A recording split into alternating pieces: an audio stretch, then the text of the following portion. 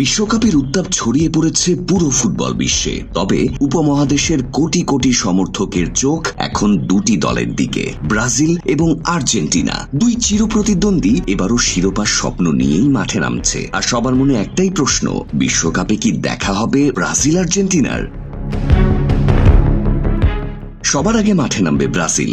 মরক্কোর বিপক্ষে ম্যাচ দিয়ে শুরু হবে সেলেসাওদের বিশ্বকাপ অভিযান। অন্যদিকে কয়েকদিন পরই আলজেরিয়ার বিপক্ষে নিজেদের প্রথম ম্যাচ খেলবে ডিফেন্ডিং চ্যাম্পিয়ন আর্জেন্টিনা। দুই দল পড়েছে দুই ভিন্ন গ্রুপে। আর্জেন্টিনা রয়েছে জে গ্রুপে আর ব্রাজিল রয়েছে সি গ্রুপে। তাই গ্রুপ পর্বে তাদের মুখোমুখি হওয়ার কোনো সম্ভাবনা নেই। তবে নকআউট পর্ব জমে উঠতে পারে বহু প্রতীক্ষিত মহারণে।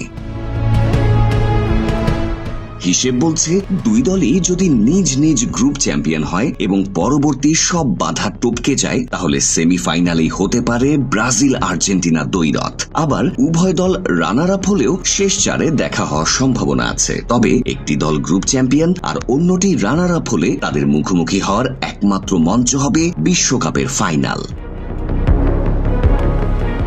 বিশ্বকাপের ইতিহাসে এখনো পর্যন্ত 4 বার মুখোমুখি হয়েছে দুই লাতিন জায়ান্ট। সর্বশেষ 1990 সালে যখন ডিয়েগো আর্মান্দো মারাদোনার দুর্দান্ত পাস থেকে ক্লাউদিও কানিজিয়ার গোলে ব্রাজিলকে বিদায় করেছিল আর্জেন্টিনা। এর আগে 1974 ও 1982 সালে জয় পেয়েছিল ব্রাজিল, আর 1978 সালের ম্যাচটি শেষ হয়েছিল গোলশূন্য ড্রতে।